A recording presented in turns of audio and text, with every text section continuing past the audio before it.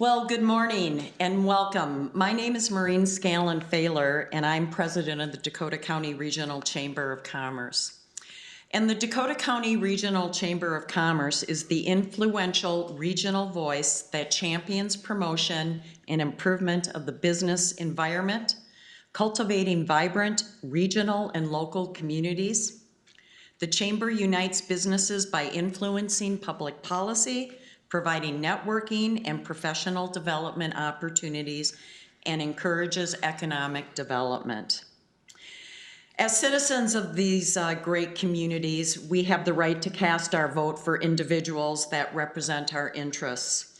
And the leaders you elect make the decisions that affect you, your job, healthcare, taxes, economic security, and our future workforce, and more. Today's candidates forum is one opportunity to educate and engage the voters from District 58, Senate District 58. And we are honored to have our two candidates with us today who are running for the Minnesota Senate District 58. Now, today's format will include opening statements, a question and answer portion, and closing remarks. Candidates are limited to 2 minutes for opening and closing remarks and 1 minute for answers. I will hold up the red stop card if you do go over your allotted time. So please help me welcome our two candidates today. We have Zach Duckworth and Matt Little, and we will start with opening comments from Zach. Zach, the floor is yours. Well, very good, and thank you for having me. Thanks for hosting. It's good to be here in Farmington with you and Matt in an empty room, but I'm excited to be here nonetheless. So again, thank you for hosting, and thank you to those who are watching or will watch this. We certainly appreciate your active participation and engagement and caring very deeply about what happens at our state and at the local level. I want to start off by kind of making somewhat of a serious comment in light of recent events, and that is that violence and or threats of violence have absolutely no place in our local politics. A member of our community is a member of our community, period. And they and their families deserve to feel just as safe as you and I. I'm running for state senate for a few reasons. The biggest of which happens to be what I think is a unique perspective and skill set when you look at what's occurring in our state and at the local level currently. As a member of the National Guard and service member, dealing with things like civil unrest, I think is an important perspective and experience to have. Obviously, very recently it became relevant for our state, and I think it's going to be something that we deal with now and into the future. Being a first responder and dealing with emergency situations and helping people is also a good perspective and skill set to have. A small business owner like myself understands what a lot of small business owners are struggling with and the things that they're having to deal with in terms of their businesses, their operations, and their employees. And being a school board member, I think offers a very interesting perspective into what's going on currently at our state and local school districts within our communities when it comes to our teachers, students, and their families. So by happenstance, I think to have a lot of very interesting perspectives and experience that are extremely relevant to what we're facing right now as a state, and I hope to put that experience and those perspectives to very good use at the state capitol. Thanks very much. Thank you, Zach. Matt. Well, thank you, Maureen, and the Chamber for hosting, even during these COVID times, making it work. It really matters to us candidates. My name is Matt Little. I live with my wife, Coco, in Lakeville. We have a daughter. Her name is Poppy, and she's going to be 15 months here in a few weeks. Every time I come home, every single time, she runs up to me with her arms wide open, and she grabs both my legs and gives me a big hug, and she calls me Baba and looks up at me and wants me to pick her up. It's the best part of my day. It is the most important part of my day. And so for me, this campaign is different than ones before. For me, this campaign is making sure that every moment I'm away from home, away from my daughter, is spent making this world a better place. That's why no matter how bad it gets, I'm not going to give up. We're not going to give up because that's not what we do. We've never done that. You know, we're going to get through COVID and we're going to learn something from it. We're going to have these difficult conversations about race and inequity, and we're going to be better for it. and somehow, some way, we are going to put this country back together. And that's why, I'm proud of the way we're running our campaign, because the way we run our campaign is going to be a reflection of how we govern. And you've been seeing all these ads lying about my record, saying I support defunding and dismantling the police. Another one came out yesterday. These are lies. I do not support defunding or dismantling the police. I've supported law enforcement my entire career. And that's why I believe this district deserves better than those types of lies. And so I've committed our campaign to what I call the Clean Campaign Contract, which has 3 principles. The first is I won't lie. I won't say anything false or misleading about Zach or his record. I won't let anybody on my campaign do so. And I've called on my party and any PACs to adhere to those same principles. And when they didn't, when my own party sent out a mailer that lied about Zach's record, I corrected it. That's how easy and simple this can be to start changing our world. Because I do truly believe that the way we campaign is exactly how we're going to govern. And so I choose to campaign with the truth and with integrity. Thank you, Matt. Now we're going to move into the Q&A portion of our form, and I will be rotating the questions back and forth. So we will start with Matt Little on the first question. So Matt, what are your 3 top priorities running for the Senate? Awesome. I wish we had more time for about my top 20 because everything really runs together in how we improve this state. But I'll narrow it down for the sake of this debate and hope people will visit my website at votelittle.com to hear more. But one of the number one things we need to do is tackle the cost of health care. I think we should allow people to buy into the Minnesota Care health plans. Taxpayers are already paying into that. They're already supporting that program. So they should have the option to buy in. Premiums are about 28% lower, and it would create some competition between Minnesota Care and the private health plans, actually driving down costs. So that's number one. Number 2, I think, is we need to institute some form of paid family leave here in Minnesota. I already told you about my daughter, Poppy. Coco and I were very fortunate to be able to spend a lot of time with her when she was born, and I want that for every single Minnesotan out there, as well as the ability to take care of a spouse or a parent.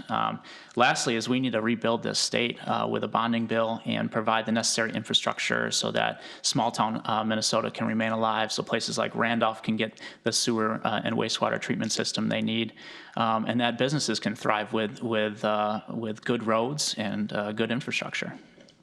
Thank you. Zach? Thanks for the question. Top 3 priorities would be, helping the state, allowing to continue to open up again safely, finding a way to resolve a lot of the significant issues our schools are currently facing, then obviously addressing the deficit. So in relation to opening up safely, and I would imagine we'll touch on this a little bit more as we discuss businesses, but I think we're at a point in time in which the state needs to seriously look at how do we allow businesses, schools, and things of that nature to continue to have less restrictions, open up more, and in a way that is still obviously safe and protecting those who are vulnerable and have underlying conditions, et cetera, but in a way that also allows our economy, especially our local economies, to get back up and running. In terms of schools, figuring out how we're going to allow our students to still get a good quality education, allow our teachers to be able to meet that burden and provide that quality education, and allow local districts and communities to make decisions regarding that education, I think is crucial. Now, it's a top priority for me on how we support them in doing that. And last but not least, that we have a significant deficit looming in the near future. And if we're not having conversations about how we're going to tackle that and make sure that our priorities in solving the deficit includes reducing spending and making cuts rather than increasing taxes, I think we'd be failing. So that's really my top focus on the 3 items I think are critical moving forward. Great. Thank you, Zach. The next question, Zach, you will be first up.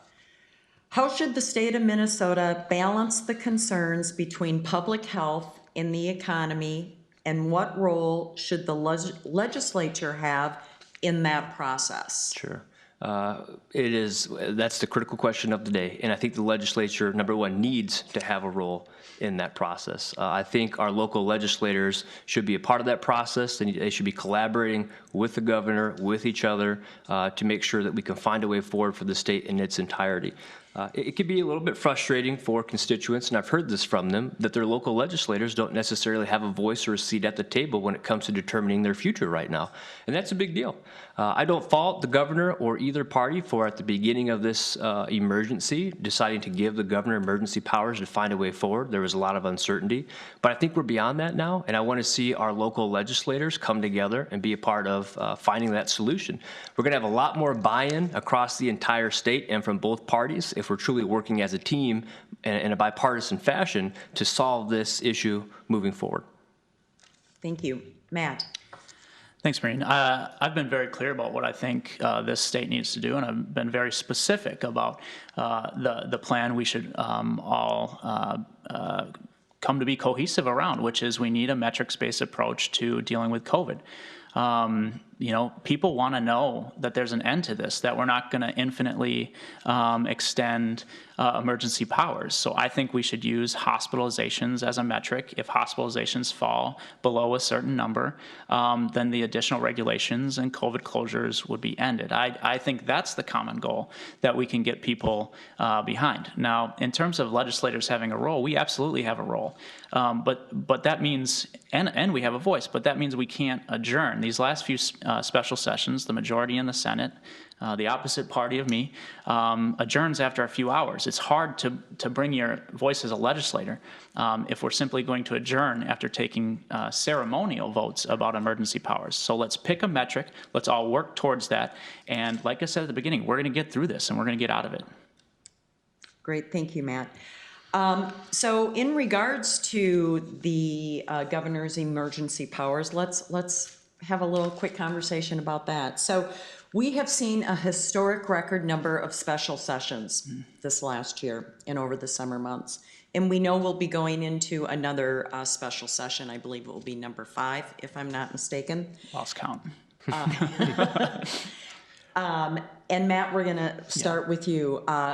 Would you continue to support the extension of Governor Walz's emergency powers in this next legislative special session?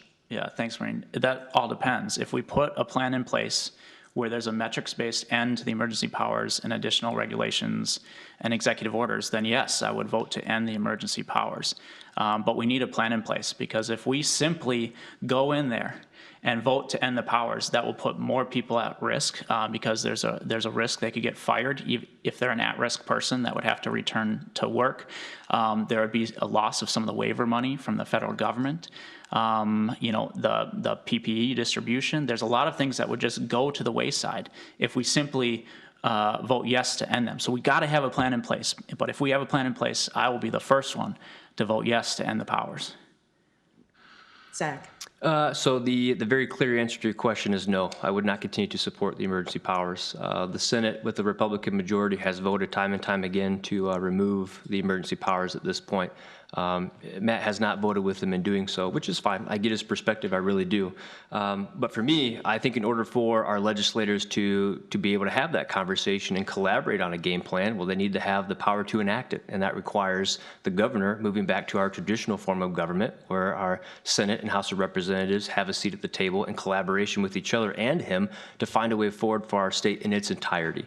So for me, the emergency powers were originally enacted for 2 main reasons. Number 1, to flatten the curve, and number 2, to make sure that hospitals were not overburdened. I think we've met those objectives, and I commend all of those who were responsible in helping us to achieve that. But we are beyond those now, and we need to begin to allow our local legislators, the governor, our local communities, and our local leaders in our communities work together to find a way forward so schools, businesses, et cetera, can do what it is that they need to do. Thank you, Zach. You are now up for the next question. So COVID-19 has created total havoc with our business community in Dakota County and throughout the state of Minnesota. Mm-hmm. Some of the businesses are on the verge of closing.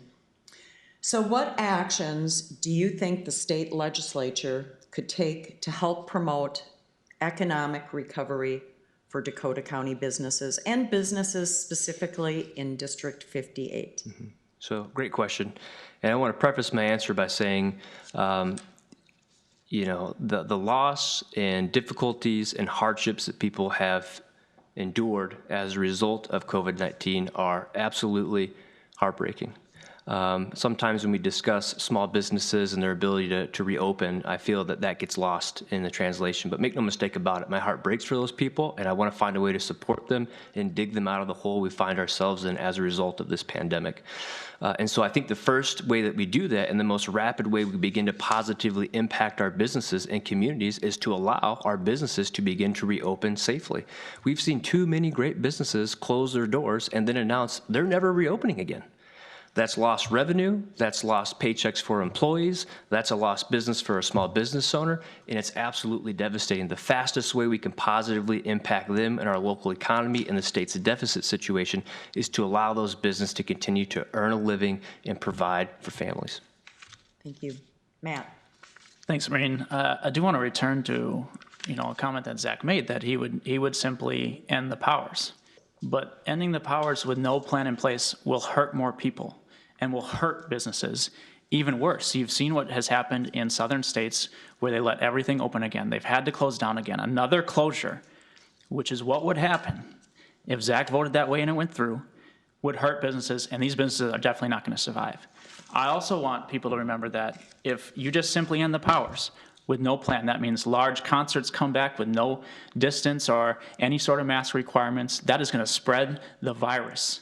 Also, the evictions executive orders would not be in place. That means all these people are likely to get evicted, and we're going to have to figure out the housing situation. So no plan in place. If you simply vote to end the powers, that is going to make things worse, and it's going to close back down our businesses. We need to avoid that. To support our businesses, like I said in the previous answer, the best thing we can do is pick a horizon when we are going to be done with the additional COVID regulations and closures, and let's all work towards that goal. So let's use hospitalizations as a metric. Let's get everybody on board for that, and use that and work towards a common goal. That's the best way we can help businesses. We've already done loans and grants, and I've done my best to get every industry open that can be done safely. And so outside of that, we need an end. We need a horizon. Thank you, Matt. So moving on to some questions regarding public safety. With the untimely and unfortunate death of Mr. Floyd, there's been a lot of civil unrest in our communities, in our state of Minnesota, and throughout the country. It is not what I would call a very stellar moment for the United States. And I think, Matt, you are up on this question. Sure. What are the causes of civil unrest in Minnesota, and what are the best solutions to work through this? Thanks, Maureen. I will tell you that watching someone kneel on a person, another person's neck, another human being's neck for that amount of time on video while people are asking him to stop, that's why there's civil unrest in Minnesota. I mean, that was, anybody who watched that knows that was wrong, morally bankrupt even. So that's been the cause. And I think for us, we have to rebuild trust. We have to rebuild trust between law enforcement and communities of color. That's what people are asking for. So we passed a bipartisan bill that started that work, banning chokeholds, doing some modifications to arbitration, and making sure that if another officer sees a fellow officer using excessive force, they have to intervene. These are good things. This is a good start. I think there's a couple other things we could do. The first is I think every officer should have a body camera, and that's something both sides of the issue can agree on. Officers want it.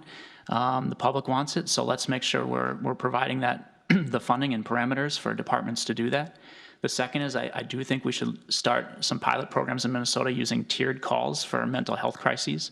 That has the benefit of getting a mental health professional to a mental health call, and it also frees up officers to spend their time on the most urgent situations. That's where we can start rebuilding trust again. Mm-hmm. Thank you, Matt. And I'm going to be very lenient on your timing of these, your responses to these questions, because I feel very strongly that we really need to hear. So I'm going to give you a little more latitude. So, Zach. Did I just hear you give me permission to speak for 20 minutes? I'm just No. kidding. Well, here's what I'll say. I respect everything that Matt just said in his answer to that question. I think, in addition to what he mentioned, some of the causes for what we're experiencing, not only here in Minnesota, but across the country, is people feel as if they're not being heard. And they feel as if there is a lack of justice, or as if that justice is not being applied equally and fairly. And that understandably is upsetting to people. I get that, I hear that, and we can do better. I think one of the first things we need to do is listen. And not only listen, but we have to acknowledge that there are some failures. We cannot be afraid to look in the mirror as a country, as a state, and say there are some things we're getting wrong, they're significant, and we need to take major steps to addressing them. I'm all in on that. I think it's a very important thing to do. The second thing that we have to focus on and that we can't do is continue to perpetuate divisiveness. It's hard to have a conversation about race with sometimes it leading to polarizing people. And if we can't listen and be understanding and be encouraging of those conversations, and instead we encourage people to be divisive, that's a big deal, and it certainly doesn't help. And so that's my take on that question, and I can see I'm getting signaled that I've been way too lenient with my time, so I appreciate it. Right. Matt?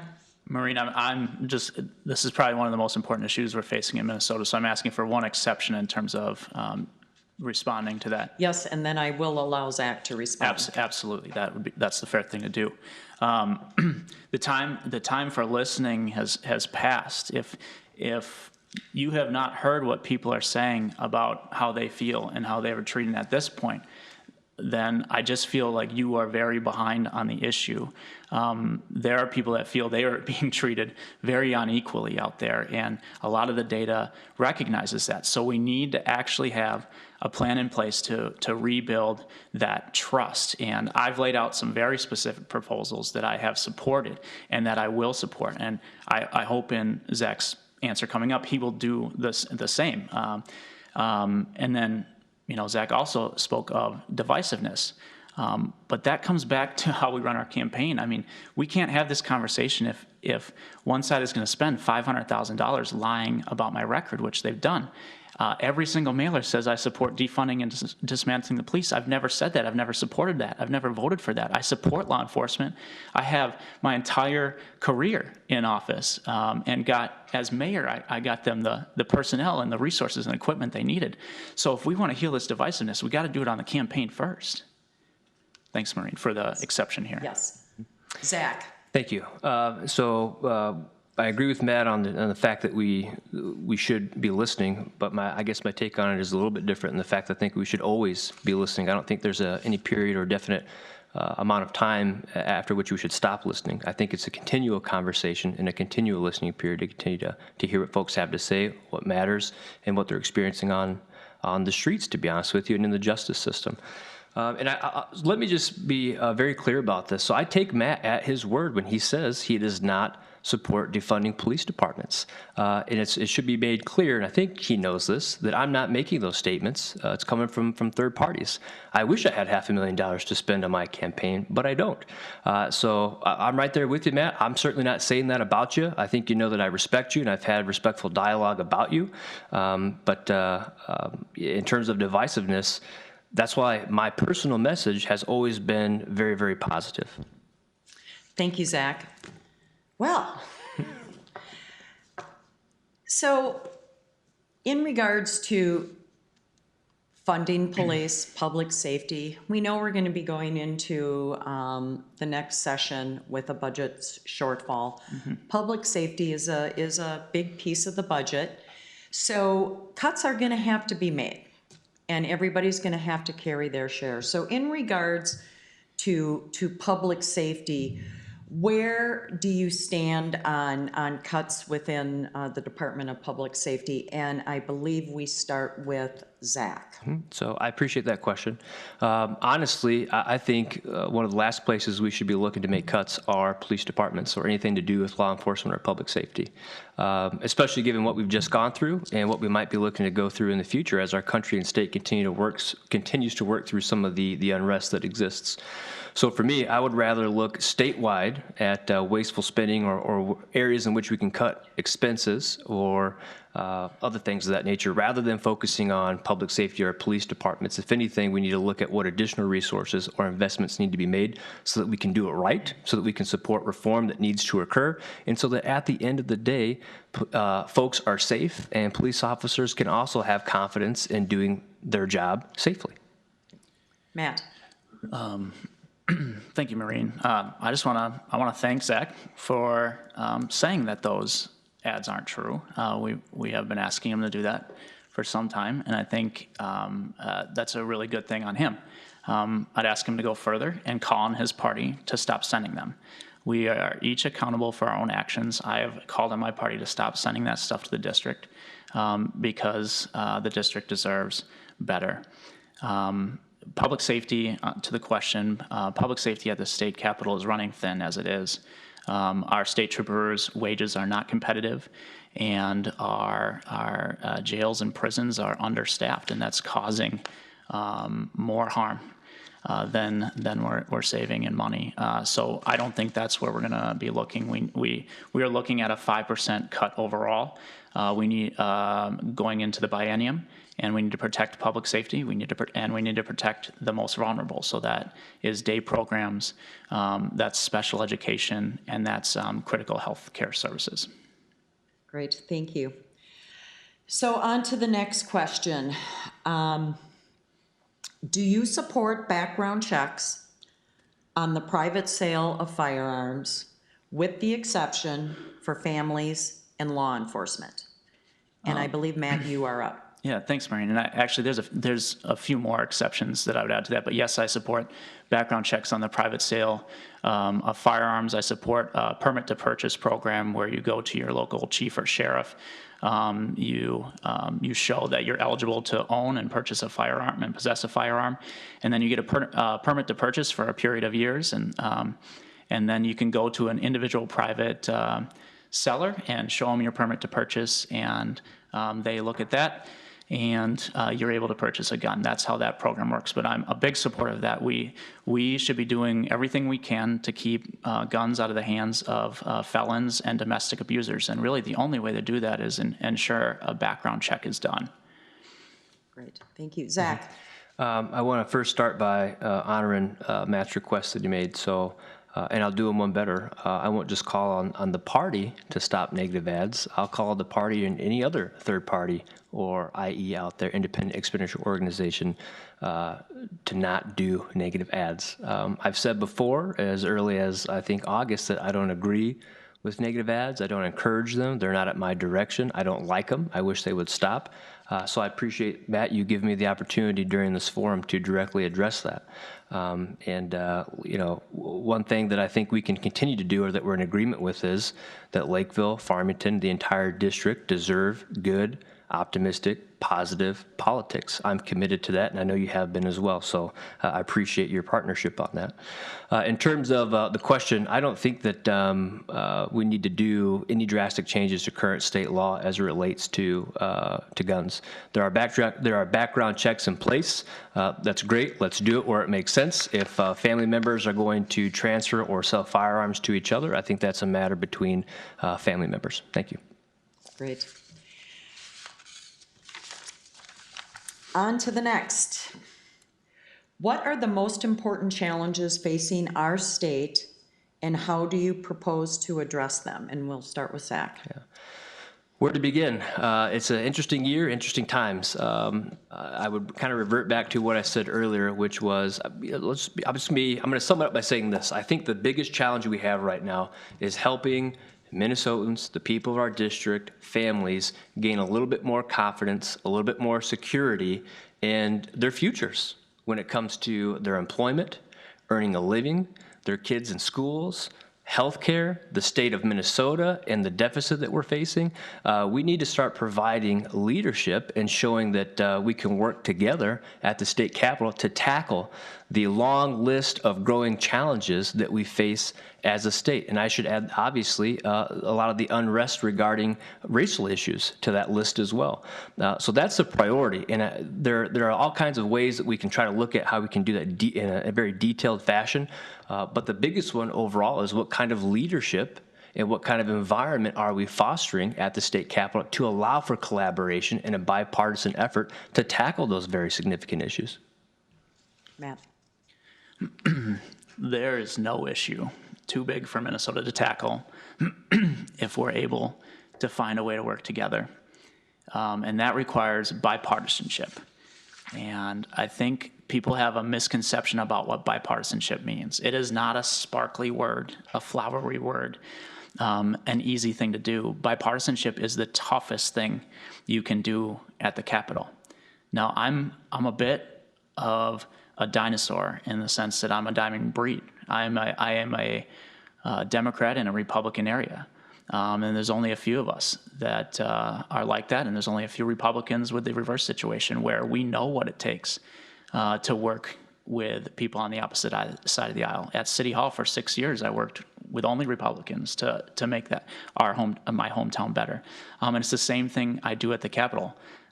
Despite that they don't want to give me hearings because they want to use that against me in this race, despite that they don't want to, they've put out a directive not to sign on my bills, despite that they are attacking me during sessions on the campaign and have been for a year and a half now. Despite all those things, I still gut it out because that is how important it is to get stuff done for the district. So I've been able to get Metro Mobility here to Lakeville bipartisan, done tax cuts that are bipartisan. We got an emergency insulin bill that was bipartisan. I've worked with Pat Garofalo on infrastructure spending here in this side of the district for Denison and Lake Billsby. That's what it takes. It takes a tough person to be bipartisan, and that's what I do. Let's talk about bonding, capital investment. Yes. So Dakota County, third largest county in the state of Minnesota, soon to be in the number 2 position, I would be safe to say, in the next decade, if not earlier. Yeah. Dakota County has not gotten its fair share of capital investment dollars. Mm-hmm. This last year, the Dakota County Legislative Delegation came together and introduced a bipartisan bonding bill in the 2020 legislative session. Yeah. How will you advocate moving forward for capital investment in Dakota County? And Are we at me now? I believe so. I think so. Lost track. See, we knew we get lost track at some point.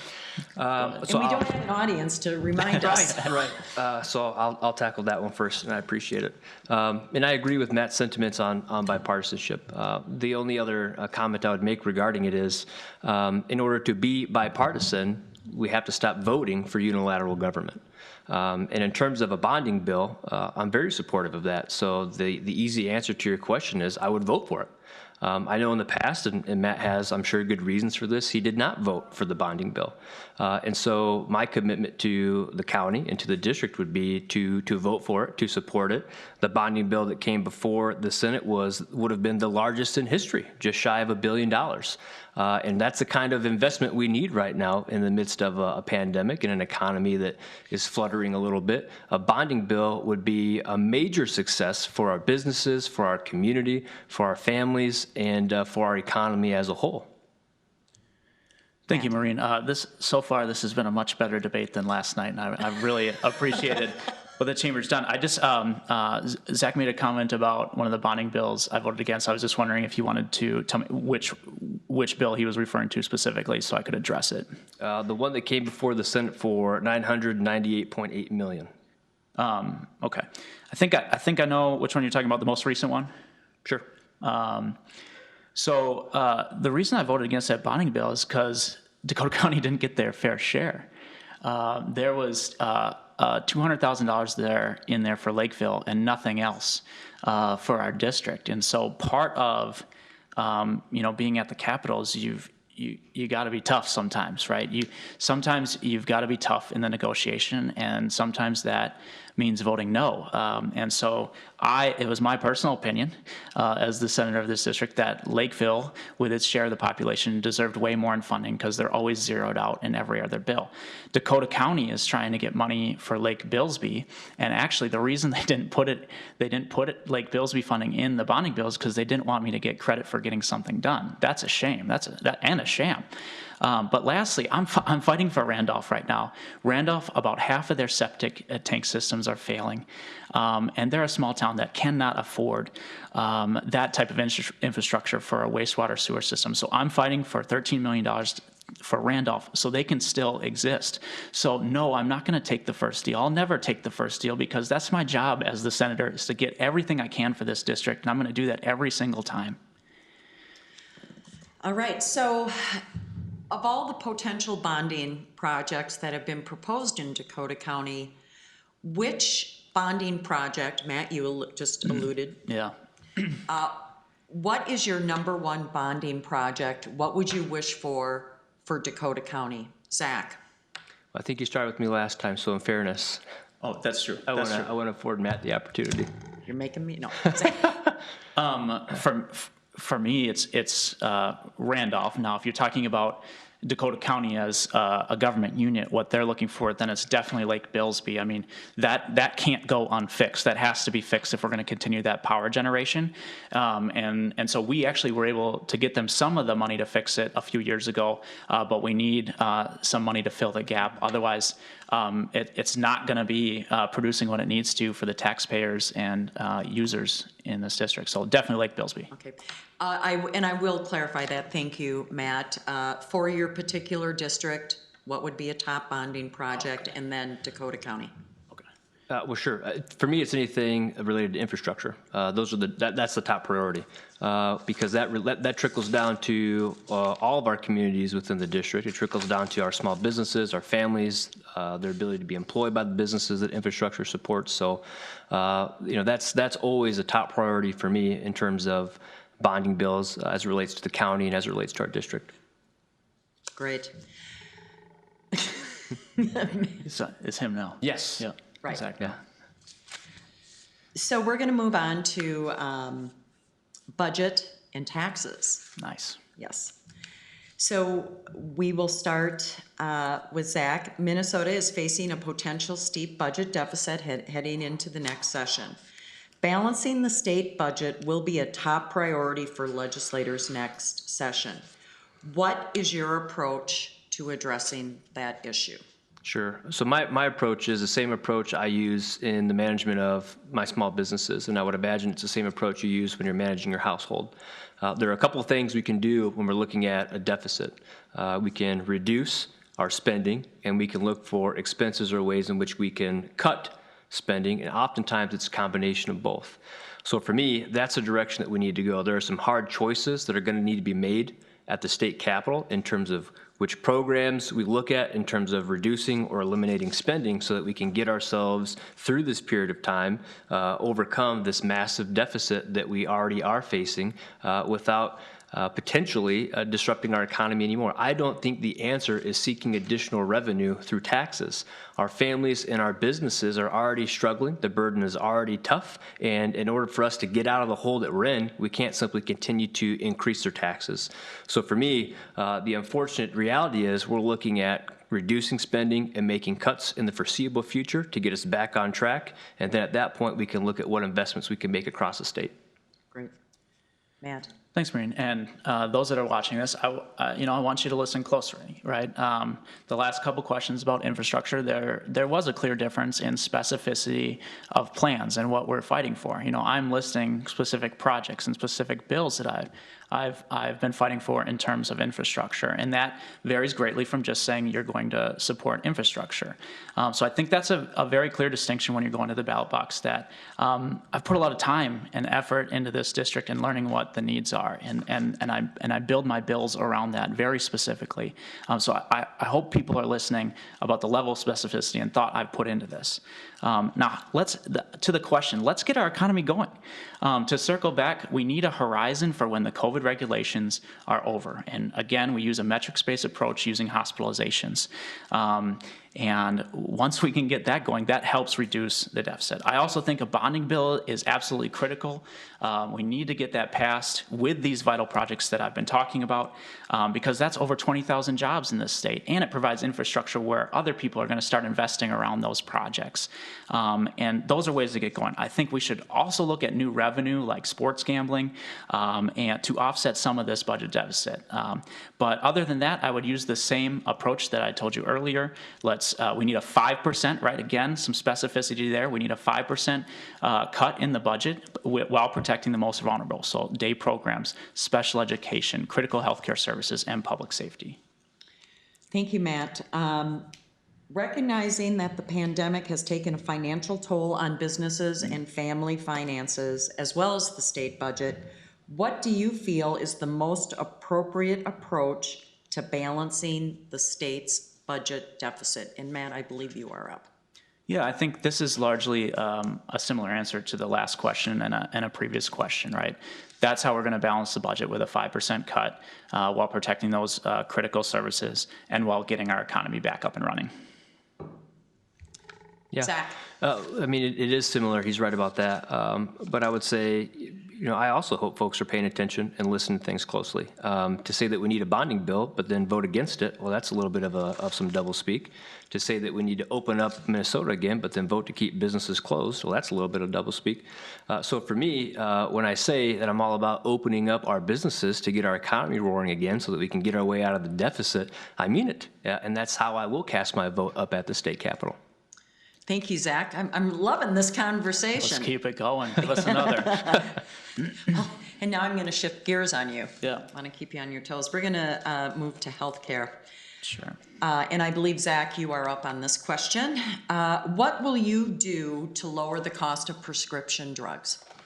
So I appreciate that question. And well, first off, I don't support another government program. I just don't. I think oftentimes that leads to higher expenses, and I'll tell you why. There are, I think, 27 hospitals last year that operated in the red because a large portion of the programs that they were having to deal with were government programs. And those programs may provide lower costs in the short term, but the hospitals and the providers are the one that end up having to take the hit in terms of what they're actually reimbursed. So for me, it's how do we focus on individual freedom of choice in healthcare? How do we implement market stabilization to keep costs down? And the rebates that are involved with prescription drugs, how do we ensure that the true cost of the drugs are only what patients or people are paying for, not the inflated rebates that go to third parties that are a part of the prescription drug process. So how do we get things down to true cost, stabilize the market, and continue to provide freedom of choice to consumers? Great. All right. Again, I want to point something out, right? One of us is running a very positive campaign. I have never accused my opponent of doublespeak, which is legitimately a synonym for lying. So I think that's a little over the top. Also, I'm not double speaking. I voted no on the bonding bill because it had nothing in it for us. So yes, Zach may vote for a bonding bill, but it won't have anything in it for our district. I need the House bill, which came out after I voted no, had Randolph in it.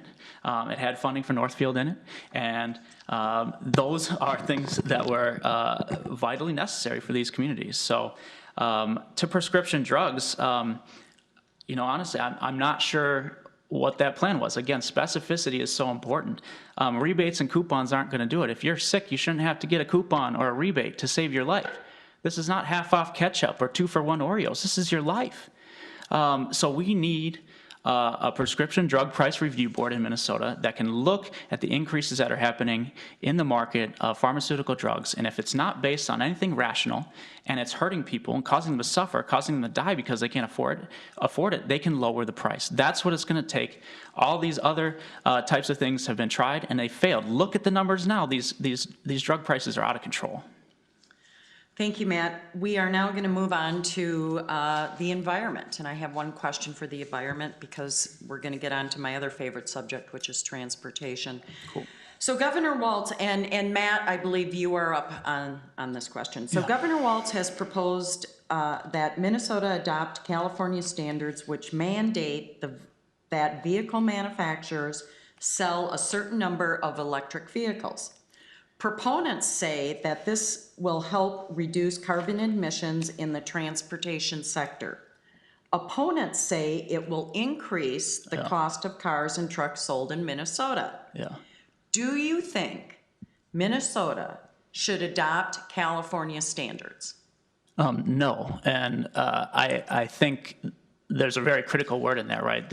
It's not. I don't think it's must sell. They must offer, right? They must offer a certain percentage of electric vehicles. No, do I think we should adopt California standards? Absolutely not. Should we increase consumer choice? 100%. We should be increasing the consumer choice towards electric vehicles. I've been a big proponent of providing the infrastructure for charging stations around our state because we've got to get ready for that. We also are going to have to do modifications to the tax system as more people use electric than use gas. And so, I mean, correct me if I'm wrong, but according to the notes I have, on May 16th, 2020, you voted in support of us adopting California's emission standards. So I'll afford you an opportunity to correct that if I'm mistaken on that, but I've got that as a part of my notes here that you actually voted in favor of them. And here's let me be very clear. I support us being good stewards of the environment. I really, truly do. I think that's our responsibility to do so. But I think we have to balance it with the economic interests of our state and small businesses.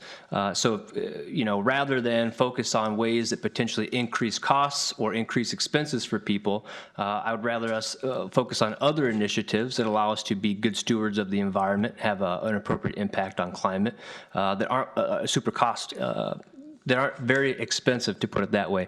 And I also think, California might be the best model for us to follow in terms of us looking to address environmental issues, especially as it relates to energy, et cetera. So I'm all about doing it. I just want to make sure that we're implementing initiatives that have been proven to be effective, both from a cost standpoint and from, actually getting the job done in terms of what they're seeking to do. Matt, I think you want to respond, Well, and I'm going to give you a what's- little latitude with the understanding that I think that's Zach very can- fair. can Sure. have a quick What's the bill? What's the bill you're citing to, or vote you're citing to? 7148. Okay. And what do you have the name of the bill? I don't have all 10,000 bills memorized. No, I don't blame you. I don't blame you. That's all I've got, bud. Okay. So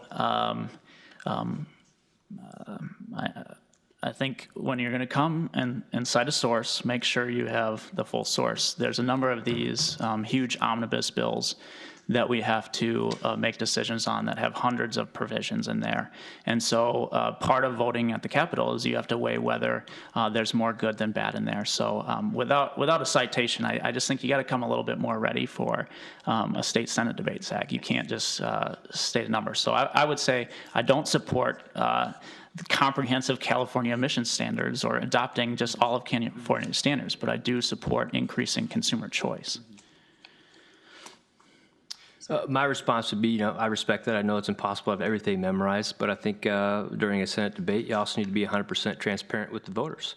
And to say that you don't support it at all, when in the past you have voted in a way that shows that you do support. But you have a date and a number and without any context. So I think don't try and come with half the facts without any sort of context. I think that's going to mislead the people that are watching this. I'm happy to go look at that vote and clarify.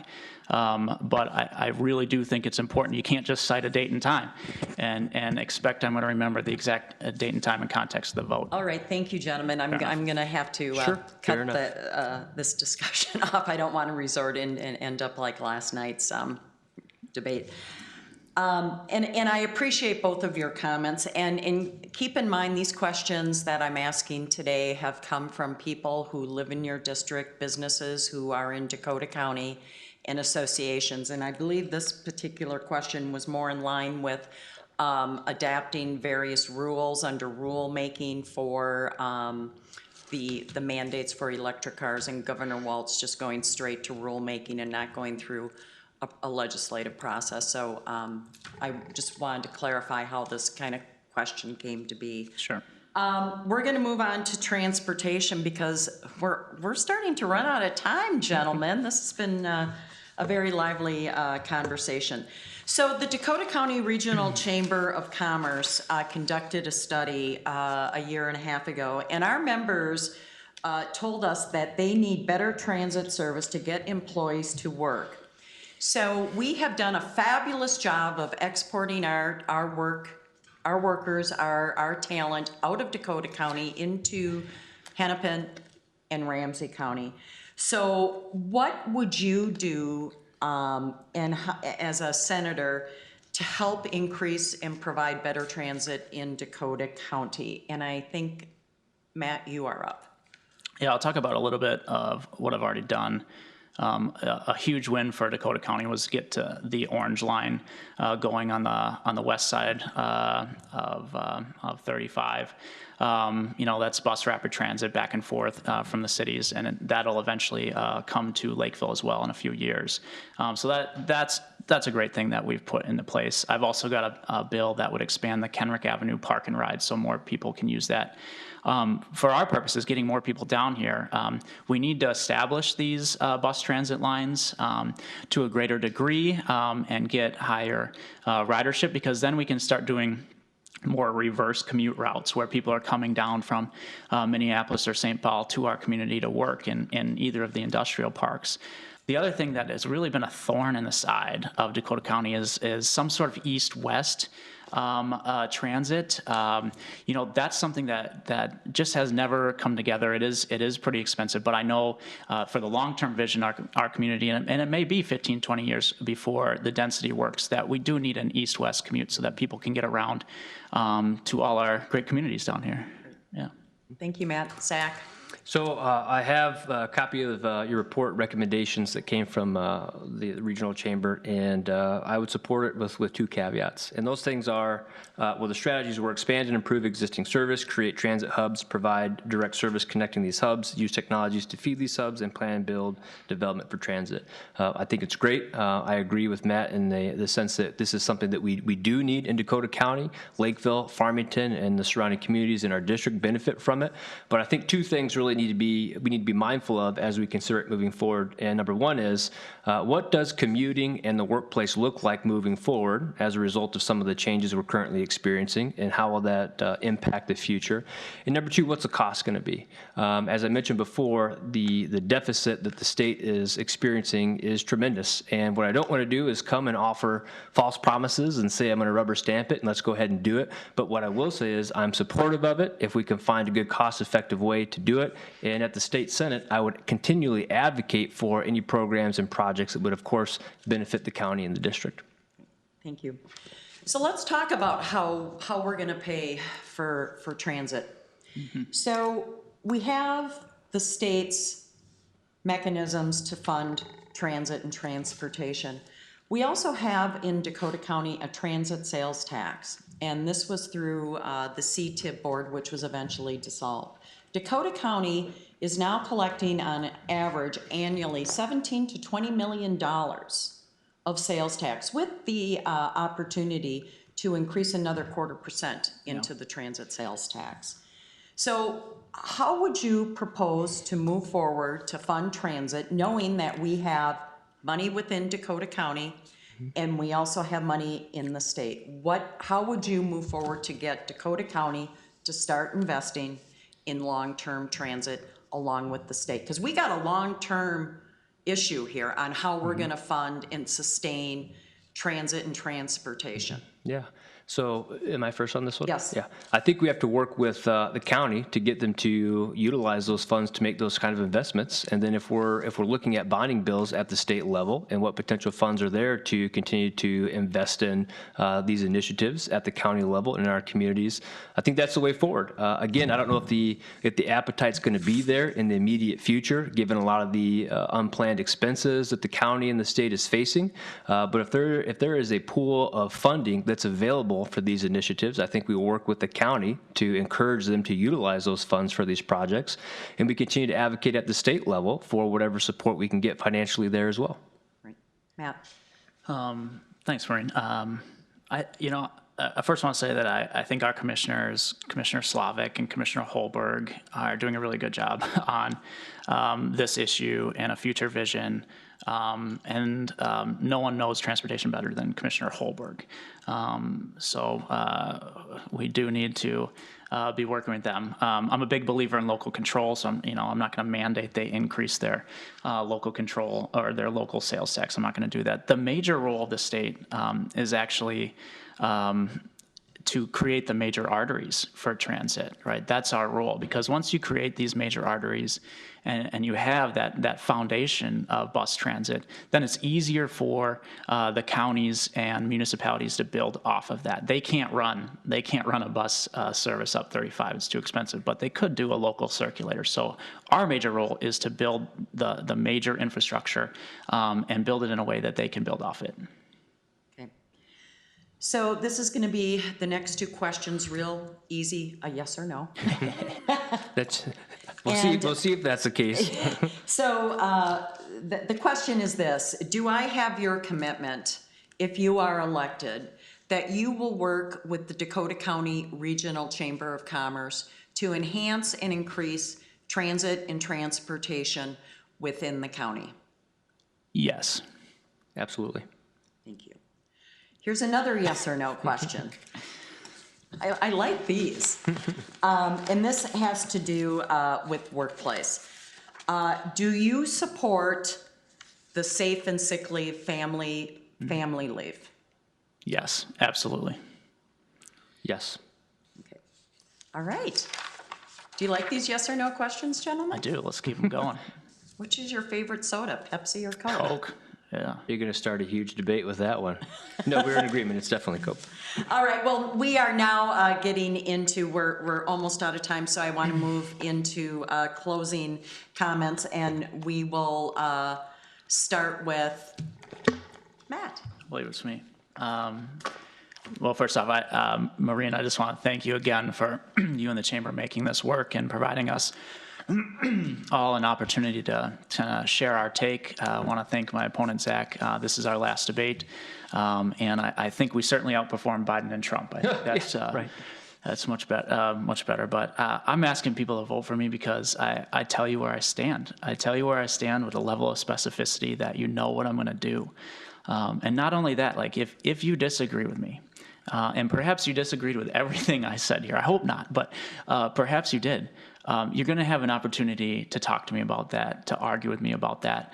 I am more available than any other Minnesota legislator. You can find me and you can have those discussions with me, and many of you have changed my mind on a number of issues. That's the benefit of electing me. The second reason you should vote for me is because I'm always going to fight for the underdog. I've taken on these pharmaceutical companies. They are the ones that are funding the attack ads against me, and I'll never back down. And I'll continue to do it in a bipartisan way to get things done for the district. Like I've gotten Metro Mobility for Lakeville, like I got an emergency insulin bill done, like I got infrastructure for small town Minnesota.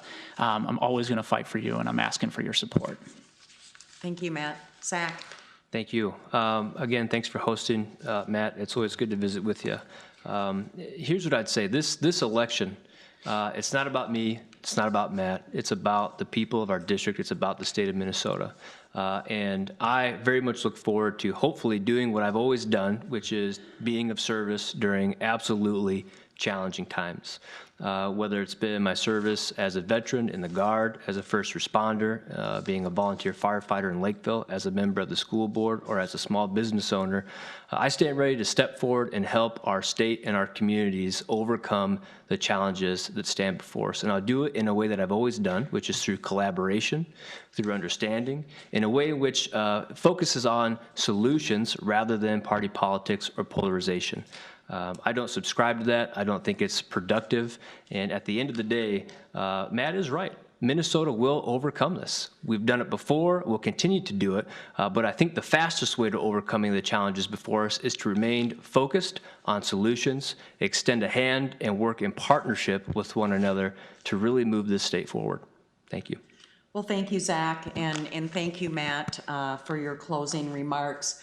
I would like to, as we move into the end of the program, is to acknowledge our sponsor, Velocity Public Affairs. And Velocity Public Affairs is a full-service public affairs company that combines experienced leadership with market-leading proprietary technology to help clients strategically address and manage public affairs challenges and opportunities. And thank you to Velocity Affairs. They're a steadfast, great supporter of the Dakota County Regional Chamber of Commerce.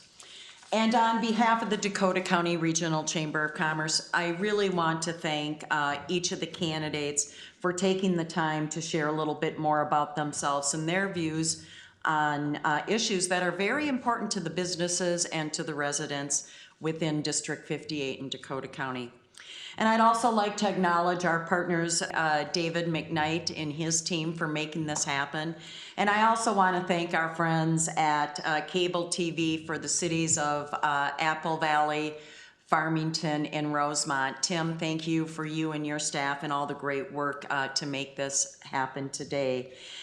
I hope all of you who are listening in and attending and watching our program this morning have learned more about our candidates and what they stand for and what they believe in.